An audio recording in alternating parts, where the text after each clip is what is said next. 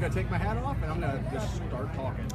Hi everybody, we're about to go live with the Veterans Memorial Program. I'm going to do my best to live stream it without giving you weird shakiness and weird camera angles. So we'll pan out and take a look at the crowd really quick. We have an awesome showing for today's program.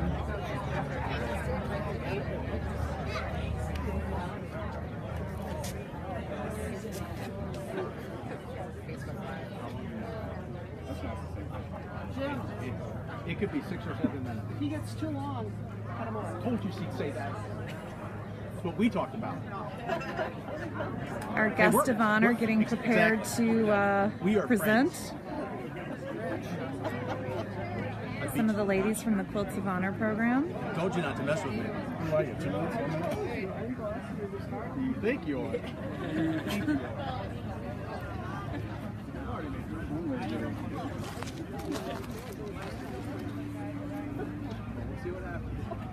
And the band is just about ready to start.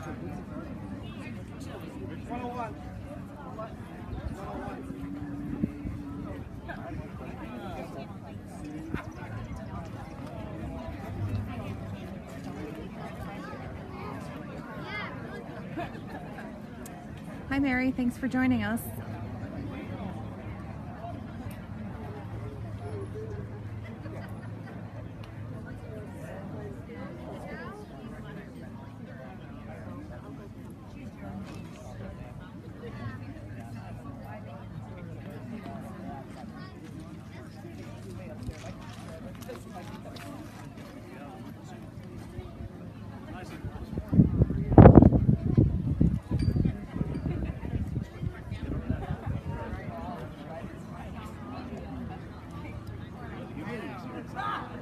Ryan, welcome to the live stream. The program's going to get started in just a moment. Just some last minute preparations underway.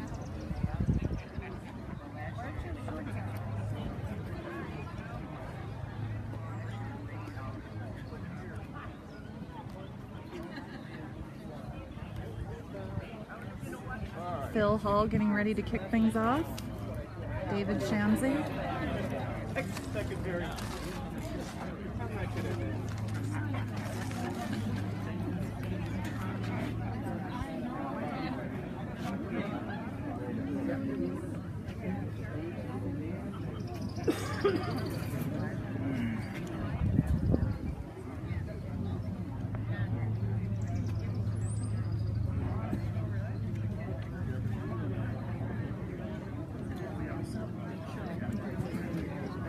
The section under the tent are the veterans that we'll be recognizing today, along with some of their family members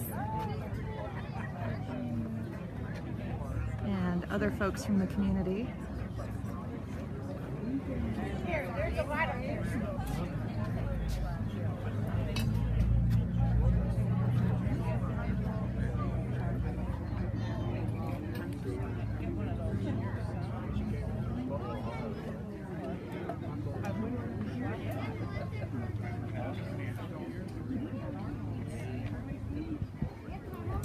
We're live streaming, getting ready to start our program. Anything you'd like to say to the community? Hey, I really appreciate being invited to do this. This is an honor for me. It is an honor for everybody else to have me come speak. It's an honor for me to do this, so thank you. Thank you. Phil, anything you'd like to add? Hi.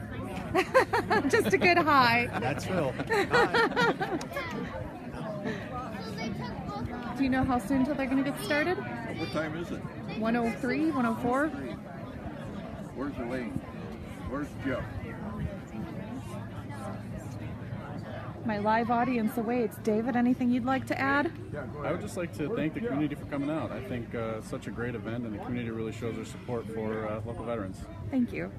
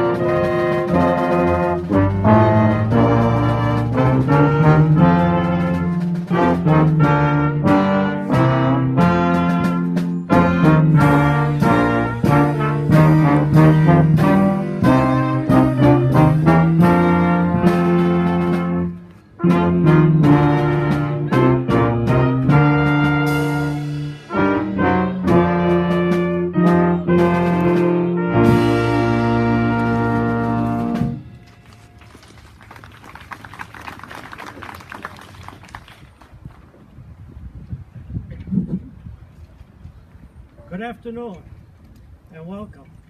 My name is Jeff Nowicki. I'm president of the Eagle Historical Society. I'd like to thank you for joining us in our third annual Veterans Recognition Program. The Eagle Historical Society is very honored to have this as a Veterans Memorial on our property here. After the program, please take a few moments to view the memorial, the walkway, and take a look at the bricks honoring the veterans. And now I'd like to introduce Phil Hall. Thank you.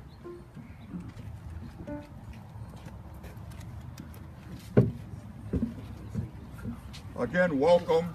Good afternoon, and thank you for attending the program. Today we're recognizing not only all veterans from people that gave time out of their lives to serve in the United States military, and thank you, but we're focusing today on Vietnam veterans and recognizing their service.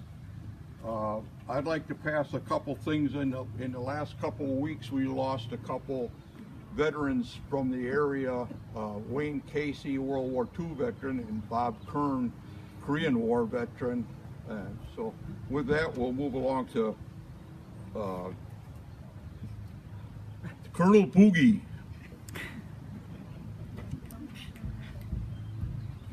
One, two, one.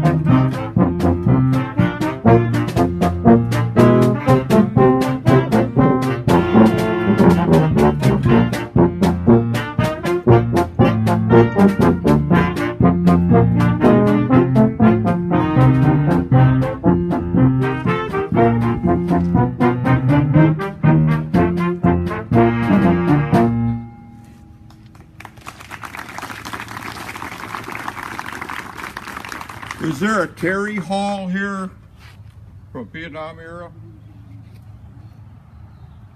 He's not related to me, so I don't know.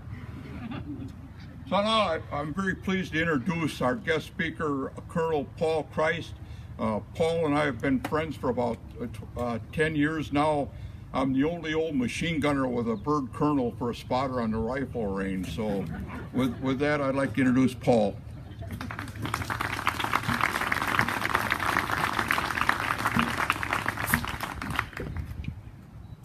So there's a story behind why I'm a spotter, but I'll share that in another venue because it is quite humorous. Because those that know Phil know that he needs somebody like me around. So, first of all, I have prepared remarks, and so I'll do that. And I've also promised not to belabor the fact because we're not here, quite honestly, to hear me speak. We're here to honor some folks, and I'm very cognizant of that fact. And plus, since I'm vertically challenged, everything is lower for me than everybody else, so bear with me. But I did prepare some remarks because, quite honestly, being a veteran and interacting with veterans is an emotional thing for me. So I want to make sure that my words resonate with everybody. So I'm honored and very humbled to speak to you today. Not only as a currently serving member of the military, but as a fellow veteran, as a brother of a veteran, the son-in-law, son, grandson, great-grandson of veterans, because serving in the military is a family business for me.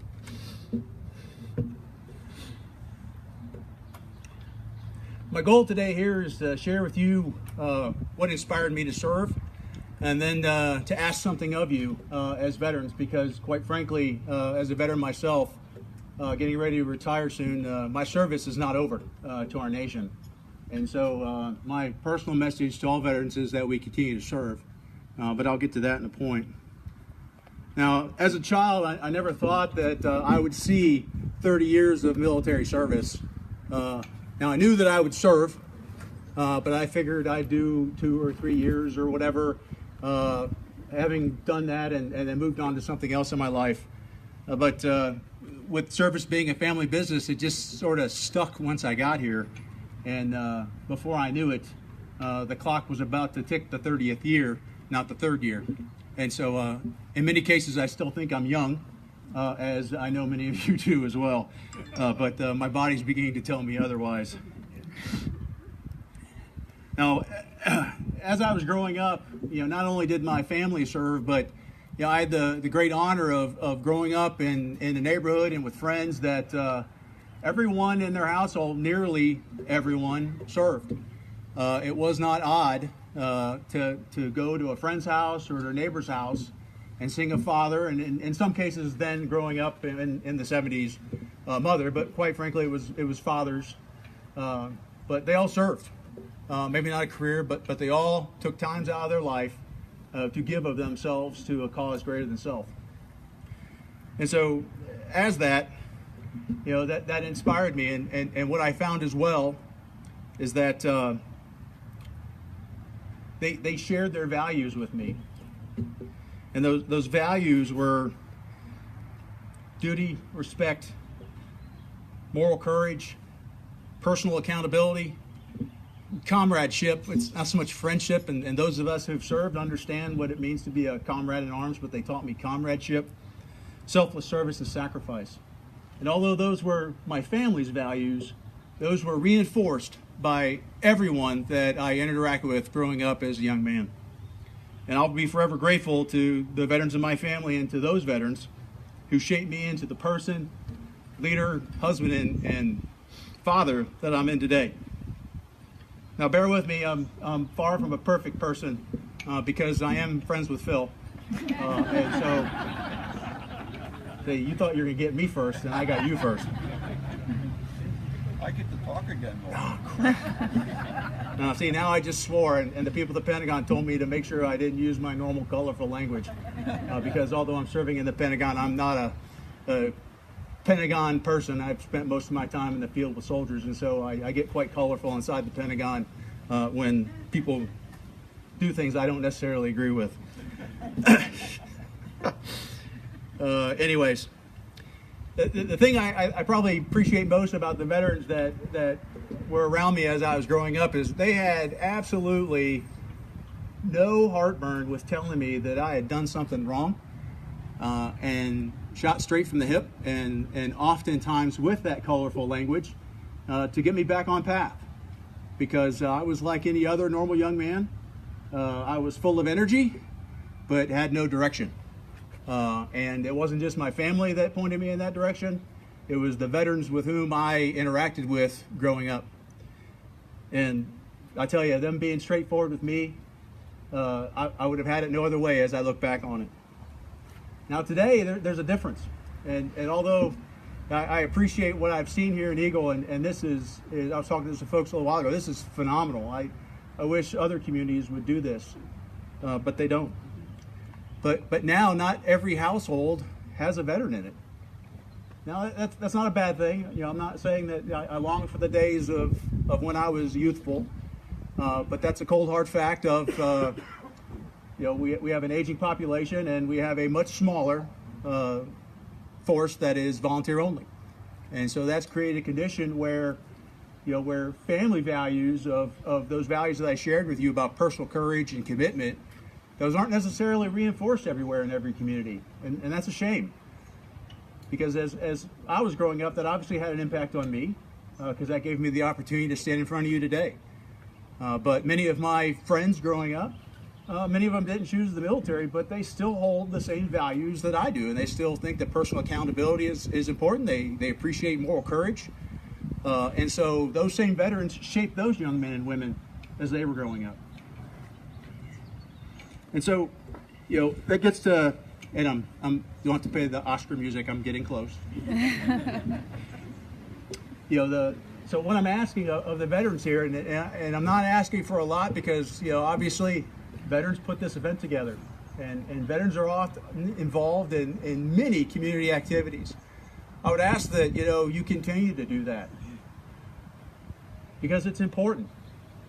Because, whether you know it or not, and it may not become apparent to you at the moment, you are inspiring, imbuing great personal responsibility and traits upon young men and women who will serve.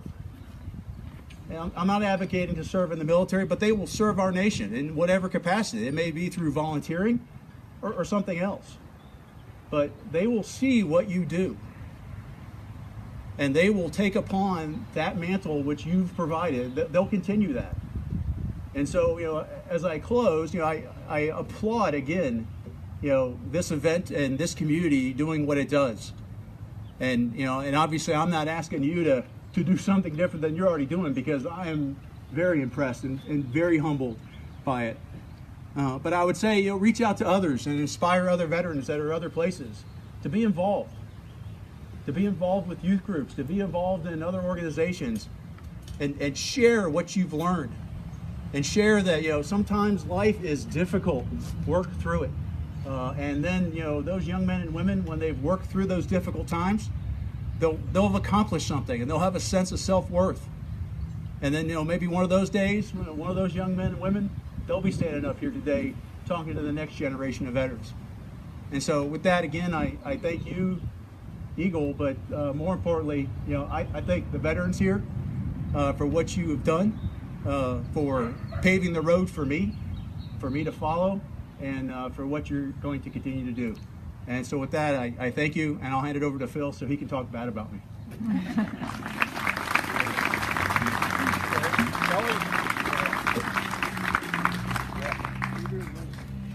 You can play music now.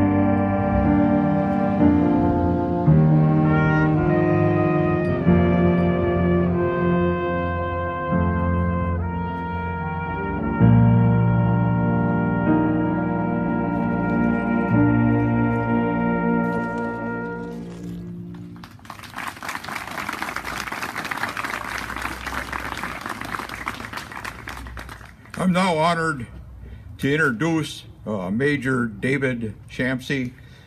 David and Colonel Kreis were both deployed into Afghanistan at the same time, along with many other people. David and his wife Crystal are expecting, we hope she makes it through the ceremony today. So anyway, so I'd like to introduce David. David's stuck with me now like Paul is.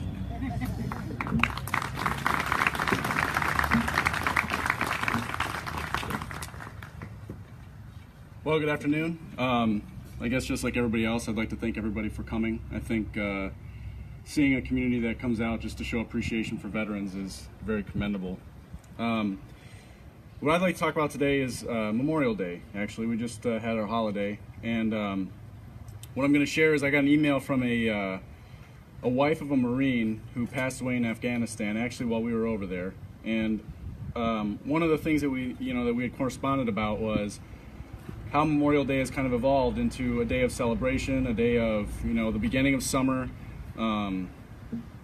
cookouts, hanging out with family and friends, and all that's wonderful. But for a lot of people here, for a lot of the veterans here, and I would say probably at this point any veteran, Memorial Day has a different meaning.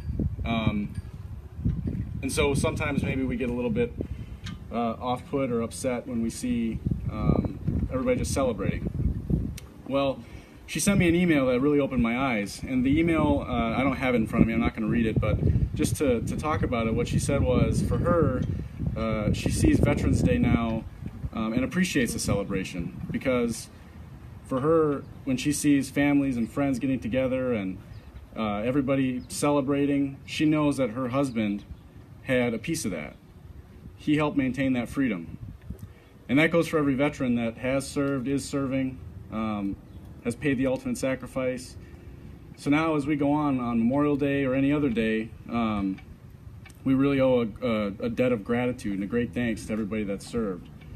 And so that's why we're here today, and that's why this community shows up to give thanks to those who are willing to stand up to the enemy knocking at the door that wants to take that freedom and wants to make it so we can't be happy on those Memorial Days, right? And so me personally, I would just like to thank everybody here that's serving, everybody that has served, that's serving, brothers in arms, anybody, and then the families as well. What a sacrifice to be a relative of a soldier that is either away on training, away on a duty somewhere, or serving overseas in a combat zone. So to everybody here, thank you from me. The one thing I can say is, as I was growing up, as I was a kid, and even as I live my life now, I don't have to live in fear. I spoke on this a little bit last year, so hopefully I'm not, saying the same things, but when I was a kid, I could go to the lake, I could go outside, I could walk down the street, never afraid. Anybody that's been to a third world country, whether deployed there for combat or just been there are a lot of children, a lot of people around the world that they don't get to live a life of not being afraid. They don't get to leave their house in the morning and go to the market not being afraid. And I'm very thankful for that. I'm thankful for our children now. I've got 2 boys. I've got the one on the way. They're not going to have to live in fear. And thanks to the veterans that have served, they've granted that to me. And now it's my turn. I will do the same for my children. So very big thanks. And so what I'd like to do now, I'm going to read the names of some folks from Vietnam era that have paid the ultimate sacrifice to grant us that freedom. As I read a name, if you're a family member, please stand up to be recognized. I understand some of the names that I read, they might not have a family member here, and that's fine too. We'll still get a little bit of time to recognize the name. And then at the end, if there's any that I missed, if anybody has a Vietnam era veteran that has passed, I would just appreciate if you'd stand up and then share the name with us. So bear with me as I go through here. I've got 12 names to read. Richard Baker. If you are a relative, please stand. Give a round of applause.